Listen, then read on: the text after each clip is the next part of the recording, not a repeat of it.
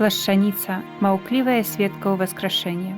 Катэхеза айца Анджэя Юхневіча.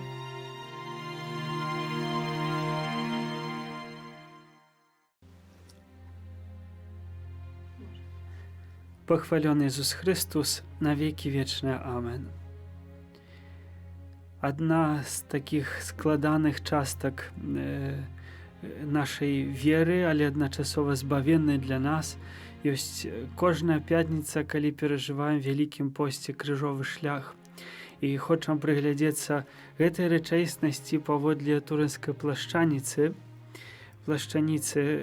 менавіта такім чынам, як яна нам сведчыць, гэта рэліквія, гэтае палатно пра тое, што магло адбывацца і што адбывалася з панам Езусам. Єрусалем у той час, калі жыў пан Езус, дзейнічаў, гэта не быў вялікі горад, там жыло каля 20 000 чалавек, всюды было блізка. Таксама з прэторыі, цвярдыні Антонія, дзе пан Езус атрымлівае крыж, да месца чэрапа, так званай Гальгофы, не было далёка, 700 метраў, але трэба было ісці пад гару і таксама камяністымі вуліцамі горада, вузкімі вуліцамі горада. Пан Езус атрымлівае не увесь крыж, як мы гэта традыцыйна выяўляем у нашых іконах, выявах, але перш за ўсё гэта ёсць балка папярэчная, которую нёс прыгавораны. З панам Езусам вядуць на месца пакарання, як мы ведаем з традыцыі, яшчэ двух пакараных. Яны ідуць перад панам Езусам. Езус ідзе апошні. Кожны з іх нясе такую балку на сваіх плячах, прывязаную шнурамі, вяроўкамі. Вяроўка злучала іх усіх. Пан Езус, як астатні, меў завязаны вяроўку за левую нагу, і гэта вяроўка падымалася ўверх да балкі і праз плячо правай рукі злучалася з нагою наступнага. І такім чынам яны былі злучаныя. Пан Езус не быў бичаваны падчас крыжовага шляху, таму яго апранулі в туніку ягоную ўласную адзенне. Аднак жа гэтых двух, якія шлі перад панам Езусам, па дарозе бичавалі. Што это азначае? Балка, которую нёс пан Езус, весила 30 килограмм, прыкладна 30 килограммаў. Гэта было дрэва Pinus nigra, чорная сосна. Пра гэта сведчаць рэліквіі, которые знаходзяцца в санктуарах Святого Крыжа в Пізе, в Флоренції, в Нотр-Дам в Парыжы, в катедры, в касцёле Святого Крыжа в Єрусаліме. Там паўсюль знаходзіцца адна і та ж самая рэліквія дрэва. Гэта ёсць Pinus nigra, сосна чорная. Яна ёсць іншая складу, ніж звычайнае дрэва, таму ёсць цяжэйшым. Хоць балка можа не вяліка, але важыць каля 30 кілаграмаў. Несці такі цяжар для чалавека, который не спаў всю ноч, бо быў мучаны, который ёсць бичаваны, который страціў шмат крыві падчас укаранавання цернем, которому не давалі піць вады. Гэта была справа амаль немагчымая. Апрача таго, калі бичавалі гэтых двух першых, яны падскоквалі ад болю, звычайна. І такім чынам штурхалі весь час пана Езуса, і пан Езус падаў на зямлю такім чынам, што яго рукі прывязаны не маглі выратаваць ад удараў аб зямлю твару. І досведы з турынскай плашчаніцы паказваюць, што на твары пана Езуса, на кончыку носа знаходзіцца зямля. І таксама в 1977 годзе досведы НАСА паказваюць камп'ютарная графіка, што ў пана Езуса адорваны быў хряшчык носа ад косткі. Таксама шматлікія абітыя шчокі пана Езуса, шматліка абітыя над вачыма раны сведчаць пра тое, што пан Езус тварам удараў аб брук, аб каменны брук вуліцаў. Пан Езус не мог затрымацца рукамі пры падзенні, таму ён выратоўваў сябе каленам. Такім чынам кажуць адмыслоўцы, што пан Езус падаў не 3 разы, як мы маем в традыцыі, але каля 20 разоў. Гэта значыць, што цяжар балкі, таксама цела пана Езуса, прыкладна 120 кілаграмаў, ударала каленам аб камень. Гэта прывяло да абсалютнага знішчэння суставу каленнага. Ён ужо не функцыяніраваў як сустаў, ён не мог згінацца. Гэта была пухліна і адна вялікая рана. Таму пан Езус, можна сказаць, ішоў на адной назе падчас гэтага крыжовага шляху. Далей, несучы балку, ведаем, што ягонае цела было бичаванае, а значыць, спіна была параненая. Гэта балка тузала ўвесь час па плячах пану Езусу, і асаблівая рана, которая ёсць на турынскай плашчаніцы, гэта ёсць рана левага пляча. Рана левага пляча кажа пра тое, што 30 кілаграм гэта весу цёрла і абцірала шыйна-плечавое спляценне нерваў. Можам сабе уявіць, нават можа не уявім сабе, што гэта прычыняла, таму што жывое дрэва тузала па нервавым спляценні, выклікаючы жудасны боль. Пан Езус не мог сабе зняць, яно было ўсё прывязана да яго. Таму прайшоў 700 метраў, прыкладна 150, і ўжо выглядала на тое, што ён знясілены, ўжо не будзе мог ісці далей. Таму прымусілі Сымона з Цырэны, который взяў гэтую балку і нёс на месца пакарання пана Езуса. На гары ведаем, што гэта быў поўдзень, спёка.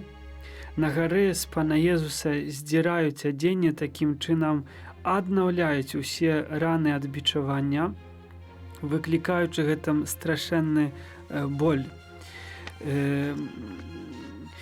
Сам крыж выглядаў так, што пры кожным вялікім горадзе было месца такое пакарання, укрыжавання, і ўжо пастаянна знаходзіліся балкі папярэчныя, балкі вертыкальныя, на которых змяшчаліся чалавек пакараны.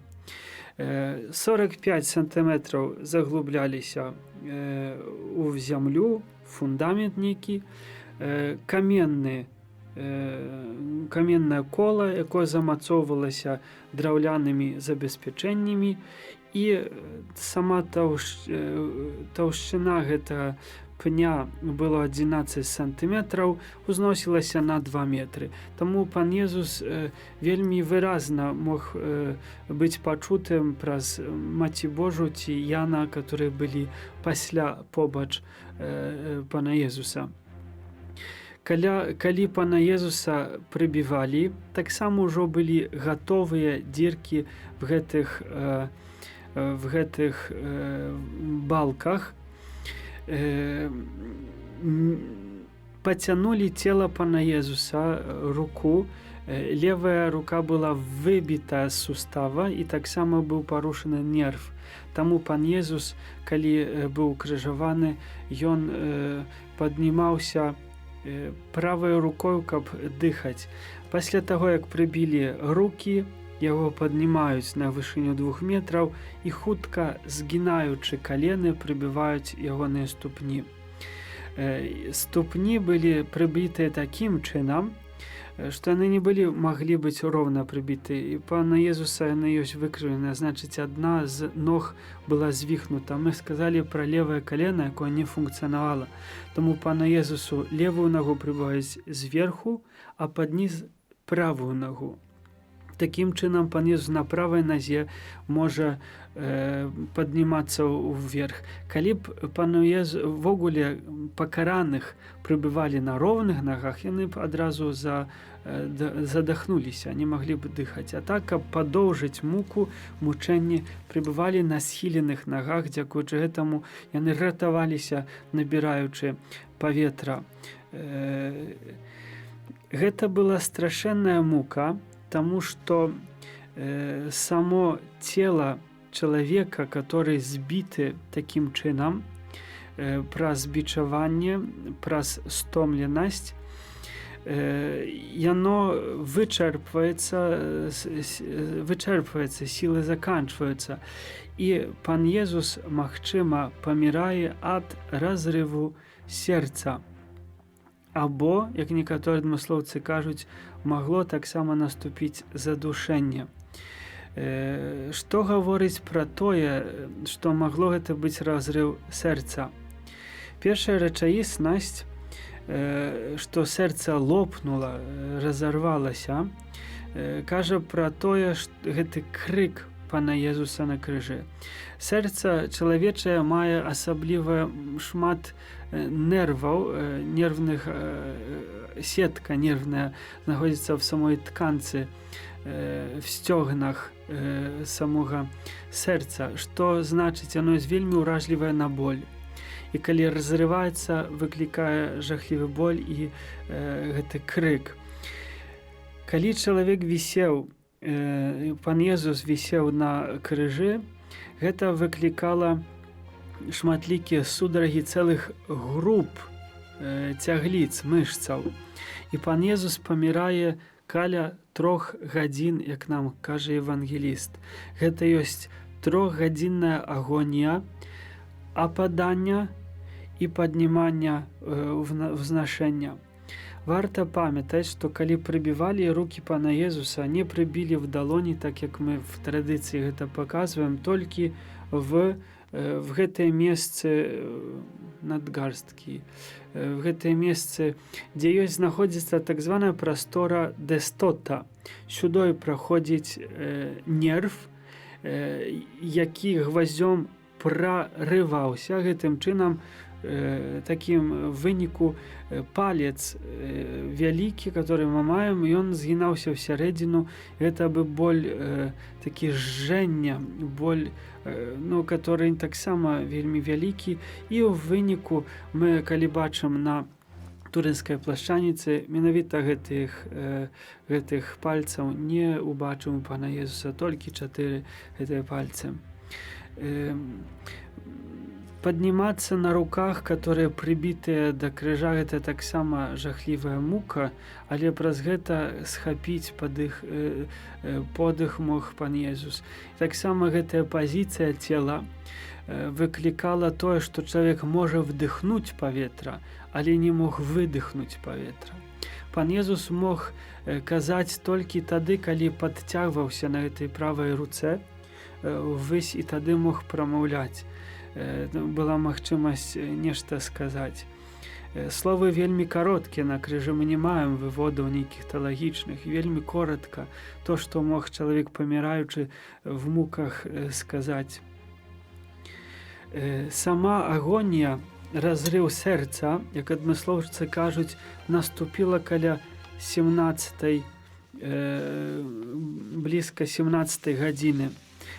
Чаму гэта так аж пунктуальна? Таму што варта памятаць, набліжаецца Пасха габрэйская. Гэта свята, калі не маглі вісець пакараныя на крыжах. Трэба было зняць. Пана Езуса, ужо памерлага, правяраюць, як гэта ці памерлы.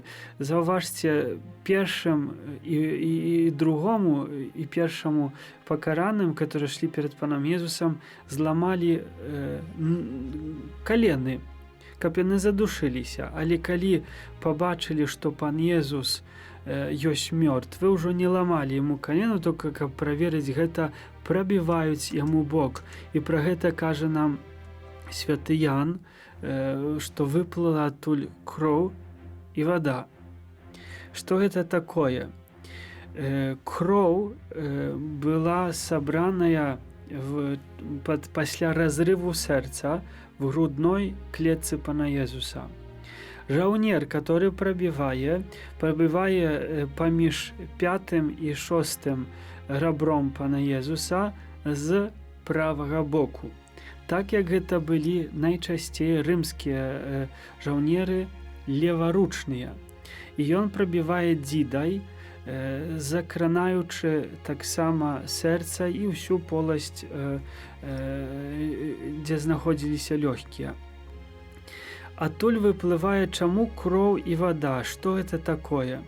Гэта была чырвоныя клеткі крыві і таксама лімфа, которая сабралася ўжо пасля аддзялення, таму што цяжэйшыя эрытрацыты ападаюць і астаецца ўжо сама гэтая лімфа крыві празрачная, празрыстая. І калі прабітая, выцекла спачатку самыя тыя кроў, згустак крыві, так, і выцекла лімфа. І такім чынам убачыў вучань, который стаяў блізка, што выцекла кроў і вада. Пана Езуса, прыбітая да крыжа, Юзеф з Арыматеі і Нікадем, которые мы ведаем з Евангелія, попросілі цела у Пілата, каб выдаў. Пілат здзівіўся, што так быстро памёр. Езус змучаны, ягонае цела на крыжы прымае так званую паставу эмпостотонус. Эмпостотонус. І оно означае, што чалавек пападае в сударагу ўсяго цела. Такім чынам ён адыходзіць ад самого дрэва вперад і з болю, з этой сударагі болю такім чынам памірае. Наступае вельмі хуткае скачаненне цела. Яно прафесіянальна называецца rigor mortis, трупнае скачаненне. Двукісь вугляроду хутка акісляе ўсе мышцы, такім чынам цела застывае. І калі пана Езуса здымаюць з крыжа, ягонае цела ўжо знаходзіцца в такім скачаненні сцвярдзелым. І на турынскай плашчаніцы мы бачым, што рукі пана Езуса як бы наўмысна на сілу былі злучаныя, таму, бо яны ўжо былі цвёрдымі.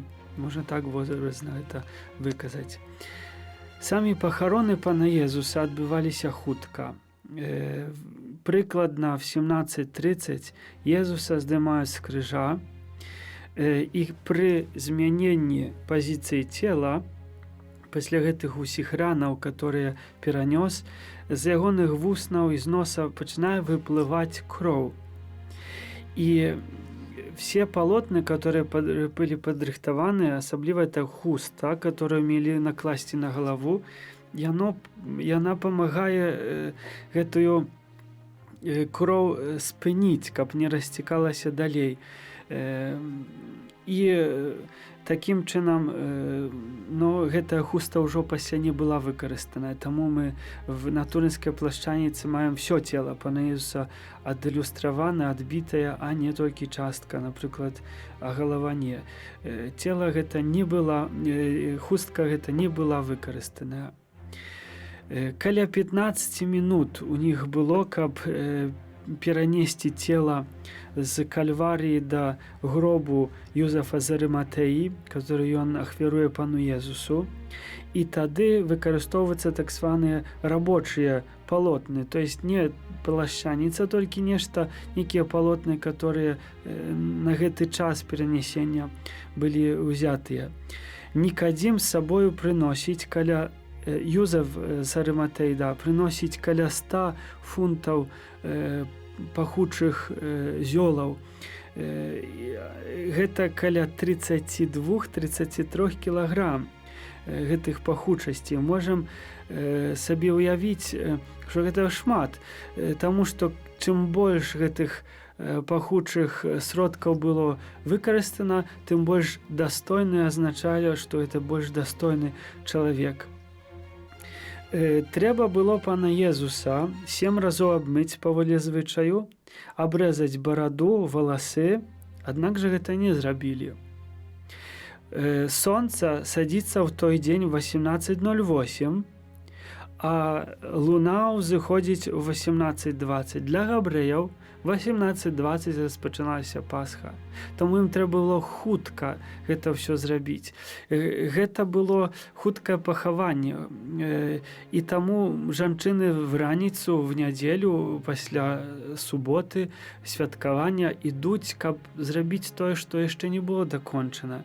І гэта хуткае пахаванне.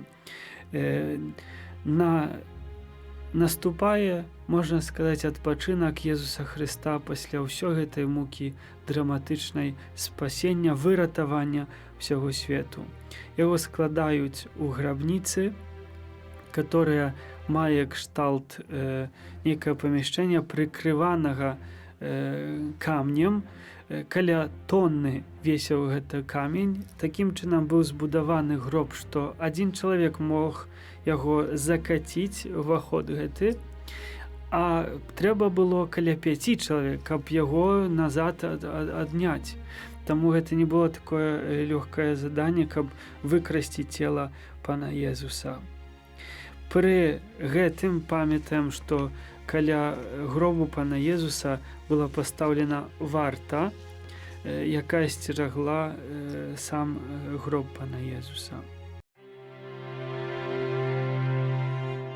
Плашчаніца. Маўклівая сведка ўваскрашэння. Катэхеза айца Анджэя Юхневіча.